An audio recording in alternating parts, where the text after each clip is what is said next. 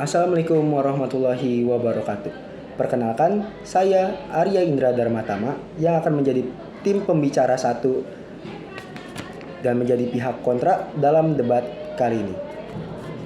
Saya berasal dari SMA Perguruan Rakyat 1 dan sebelum mulai ke topik utama, izinkan saya berterima kasih yang sebanyak-banyaknya pada pembicara satu tim pemerintah karena sudah menjabarkan argumentasinya dengan sangat jelas dan mudah dimengerti. Namun, perlu saya ingatkan pada saudara bahwasanya berdebat adalah ilmu yang mencakup hal luas, baik dampak positif maupun dampak negatifnya. Namun, saudara hanya mencakup hal-hal negatif dan mengabaikan dampak positif dalam pelaksanaan dinasti politik. Karena tak jarang dinasti politik memberikan dampak positif dalam pelaksanaannya dan tak sedikit negara maju menggunakan paham dinasti politik tanpa membatasi demokrasi bagi rakyatnya dalam bernegara. Lalu, saya ingin menyanggah poin ketiga yang saudara tim pemerintah sampaikan, yaitu paham quality before the law, yang mana bahwa setiap warga memiliki hak yang sama dalam berpolitik. Hal ini tentu tidak melepas para keturunan orang-orang dalam pemerintahan yang memiliki keturunan dan ingin bergabung dalam ranah pemerintahan tersebut.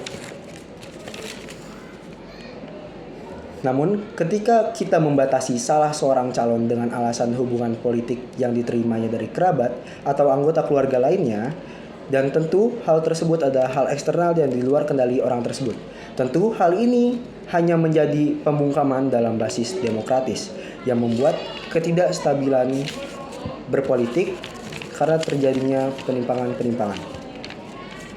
Lalu, pada poin transpirasi, ketika suatu peraturan dikesahkan, masyarakat akan tetap dapat menilai seberapa pantas dan layakkah peraturan tersebut. Dengan penilaian tersebut, dinasti tidak dapat dikatakan ancaman dalam demokrasi, karena dalam praktiknya, masyarakat secara langsung ikut terlibat dalam pelaksanaan kehidupan berpolitik.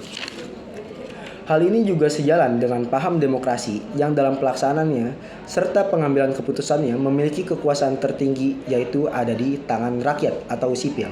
Sehingga supremasi tetap ada di tangan rakyat, bukan di tangan dinasti atau orang-orang yang berkuasa di pemerintahan. Sehingga supremasi hukum akan tetap berjalan sedemikian rupa dan sejalan dengan jalannya hukum tersebut dengan hak kekuasaan tertinggi dimiliki oleh rakyat. Lalu, saya rasa bias politik akan sangat minim terjadi karena dalam pelaksanaannya masyarakat banyak ikut terlibat pengambilan keputusan. Dan dalam posisi tersebut, masyarakat akan secara langsung ikut menilai seberapa layak pemimpin tersebut dan seberapa dampak dari orang yang memimpin pada saat itu.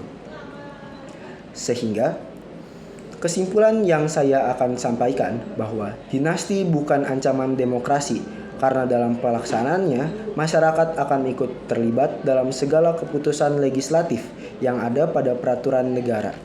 Dan tak jarang paham-paham dinasti memberikan dampak positif, yaitu antara lain calon terpilih akan memiliki lebih banyak pengalaman terkait berpolitik dan pemerintahan karena mereka tumbuh dari orang-orang pemerintahan. Salah satu studi kasusnya adalah calon memiliki pemahaman politik lebih dari orang pada umumnya.